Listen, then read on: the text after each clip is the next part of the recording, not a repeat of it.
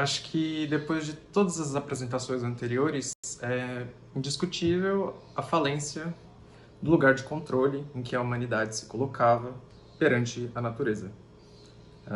Esse inimigo real e biológico colocou o lugar narcisista da humanidade em xeque novamente. Em minha produção, pedida pelo ILPC, eu refleti algumas modalidades de lidar com a castração da posição imaginária de semideus em que nos víamos, focando principalmente na via histérica e na negação. Vou começar pela mais óbvia, que é a negação. E aqui eu me vali do livrinho de Dunker, que é A Arte da Quarentena para Principiantes. Nele, Dunker difere entre a negação do tolo, que desconhece a importância do medo, do confuso, que lida com a angústia transformando-a em medo real e se deixa levar pelo pânico generalizado, e por último, a negação do desesperado, que justifica e alimenta sua angústia pré-existente com o fatalismo do vírus. Eu vou deixar a critério de vocês para identificar exemplos para cada um desses tipos, mas o espectro negacionista toma conta do discurso brasileiro de forma absurda, né? Duvido muito que formas dele não tenham chegado até vocês, mesmo que em forma de piadinha ou xiste, né? Da mesma forma que temos acesso a informações empiricamente comprovadas, essa mídia sancionada pelo governo não para de pregar como os dados são exagerados e que tudo não passa de uma farsa esquerdista, né? Para nos mantermos confinados dentro de casa e estagnar a tão importante economia do Brasil. O prejuízo para tudo isso não para nas fake news compartilhadas por criaturas que dizem que o PT destruiu a vida delas, né? A separação da população em polos extremos nessa briga abre margem para a renovação de velhos preconceitos e a ressurreição de fantasmas de intolerâncias muito mal enterradas por nós mesmos, né? A projeção da angústia em minorias se torna uma resposta comum em movimento de massa, inconformados com a importância microscópica que a gente tem diante do grande esquema das coisas. Então, melhor projetar no outro, né? Acho que para aumentar essa imbecilidade, a gente é obrigado a ouvir como esse vírus é democrático, que ele não discerne entre pobres e ricos ou entre políticos e cidadãos. Esse discurso, que estamos todos em um mesmo barco, não só negligencia, como também alimenta o ódio contra as diferentes classes sociais, os diferentes grupos étnicos, as sexualidades, não cisgêneras e qualquer outro tipo de minoria, né? E a forma como a massa repete ignorantemente essa fala elitista é digna de um estudo separado, e eu não vou entrar aqui. Mas é interessante ver como a pandemia tem muito a nos ensinar sobre o alcance da humanidade de, supostamente controlar as contingências trazidas pelo real, né? Quem aqui não planejou seu 2020? Quem não colocou um pouquinho de fé naquelas metas impossíveis que a gente sempre promete no começo de ano, né? Assim, eu vou ser fitness, vou ser tudo isso, né? Então, eu tinha até comprado um planner. Eu preenchi ele nos 2 primeiros meses, assim, de 2020, com um monte de compromissos, lugares que eu ia estar. Eu não preciso nem dizer que o planner foi pro lixo, né? 2020 foi um grande tapa na cara do controle imaginário, que esse discurso científico tanto cobiçava. Bom, assim começou 2020, né? Com o confinamento domiciliar, uma atmosfera permanentemente de imprevisibilidade e terror constante do que está para além das nossas portas, né? E as consequências disso, como todo bom sintoma, são subjetivas e singulares. Mas eu foquei parte do meu trabalho em conjuntos de sintomas histéricos que podem ser identificados na clínica psicanalítica. A primeira saída histérica bastante mencionada na minha pesquisa foi a hipocondríaca, né? Com uma cobertura midiática onipresente, é difícil escapar da sugestionabilidade e não ficar se identificando, né? de cada pequeno desconforto que a gente sente no corpo, como se fosse Covid. Então, qualquer coisinha, né, assim, dor nas costas, Covid, tosse, Covid, né.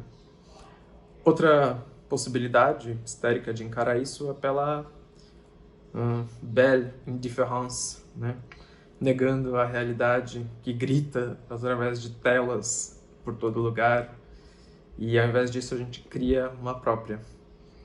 Seja ela uma construção exorbitante do que está acontecendo, né, exagerando todos os fatos e entrando em pânico com isso, ou uma menosprezante e porra louca, vamos pro bar e foda-se, a indiferença dá margem para crises histéricas, onde o sujeito ataca todos os que não se encaixam em sua ideologia quase psicótica, que só ela vive.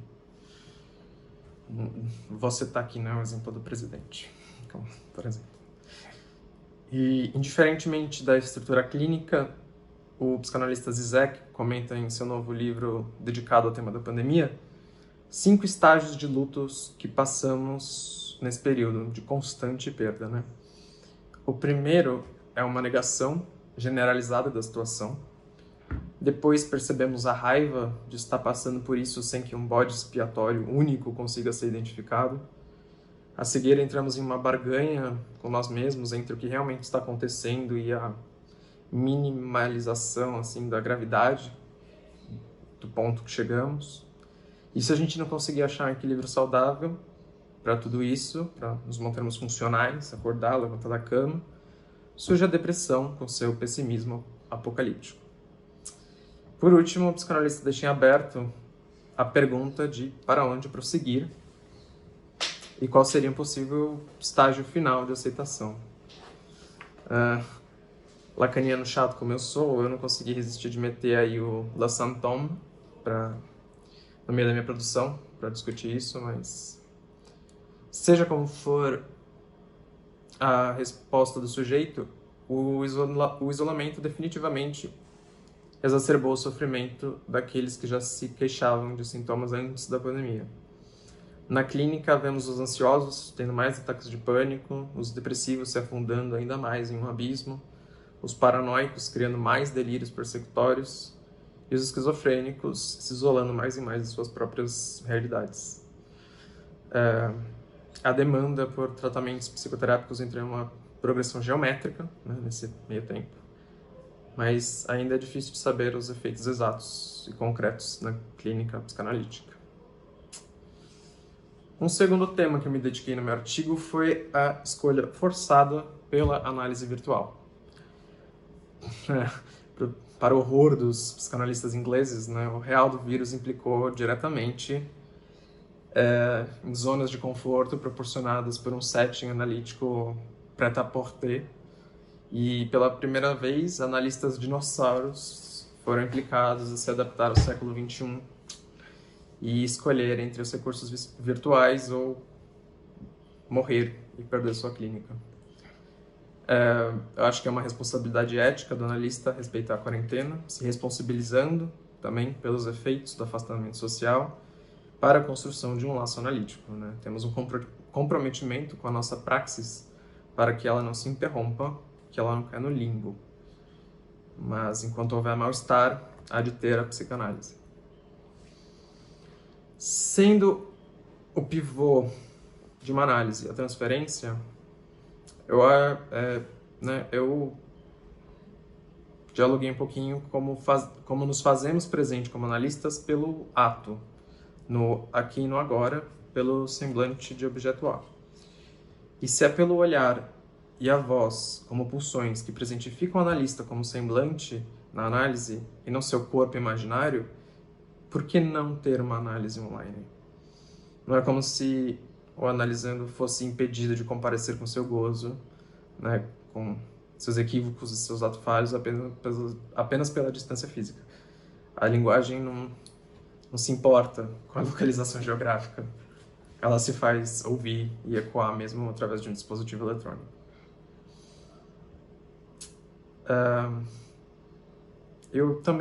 O sujeito não se limita, o sujeito do inconsciente não se limita a se expressar apenas pela verbalização. O corpo e as ações falam. Por isso, eu acho que é importante a gente refletir sobre o uso da câmera, tanto por parte dos analisandos quanto por parte do analista, para o manejo clínico em caso a caso. Claro que quanto mais recursos possuímos, mais problemas serão gerados, né? Atender o paciente na própria casa dele abre brechas para eventos externos de entrar no meio da análise. Então, familiares abrem a porta, desavisados, né? Animais de estimação não entendem por que o dono não está dando carinho para eles e muitas vezes pulam na frente do computador ou ficam latindo. E, assim, acho que na minha própria clínica eu percebo que o importante nesses momentos de, né, tropeços pelo real é importante agir, receber o acaso e aproveitar ele a favor da análise. Um bom exemplo que eu separei disso foi de uma analisanda minha que foi interrompida pelo seu gato pedindo carinho, se esfregando na câmera do computador. Eu joguei verde, postei na histeria caricata dela e sugeri que ele estava demandando bastante atenção. E nisso ela completa com "está parecendo comigo" e segue descrevendo como consegue fácil a atenção de um marido que alimenta os surtos dramáticos dela. E graças a esse gato que entrou, interrompeu o que ela estava falando, ela conseguiu pela primeira vez falar sobre suas necessidades de atenção constantes.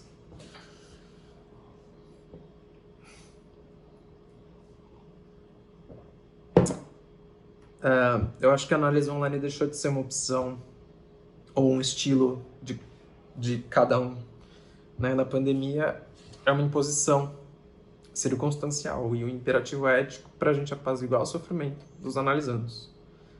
Nisso, Birman chega a dizer que aceitou a análise online para não deixar os analisandos no vazio por tempo indeterminado. Ele sacou que, bom, a gente não sabe quando isso vai acabar. Se isso vai acabar, então vamos lá, adapte-se. E ele também não deixa de reiterar a presença do corpo pelo registro da imagem e da voz, disponibilizados graças a plataformas de videochamada, né? Nessa, eu entrei um pouquinho em Miller para discutir que como a pulsão escópica é a responsável pela implicação do imaginário no gozo do sujeito, enquanto a pulsão invocante, a da voz, nos aproxima da estrutura linguística do inconsciente. Para não deixar de citar um pouco de Lacan, ele em 64 afirma que no nível escópico não estamos mais no nível do pedido, ou seja, da demanda, mas do desejo do grande outro. É o mesmo no nível da pulsão invocadora, que é a mais próxima da experiência do inconsciente. Assim como a minha colega Márcia observou no início da jornada, eu me deparei com depoimentos de psicanalistas sobre seus analisandos dando o máximo de si nessa nova modalidade virtual. E eu penso que a incerteza que o dia seguinte traz deve apertar bem forte esse botão da angústia de castração que faz o sujeito se mexer, né?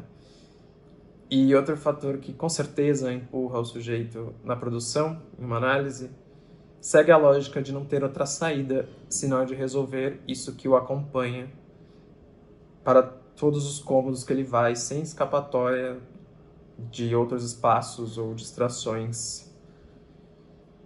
Mas já outros analisandos, usaram a pandemia como um pretexto justo para interromper a análise ou pechinchar com o analista uma diminuição do preço, né? Mesmo considerando as dificuldades em suas individualidades de caso a caso, eu acho que dá para ver as resistências que só ficam mais escancaradas. E essa insistência do sujeito de não querer lidar com a falta, continuar a gozar com seus sintomas de que tanto reclama na análise.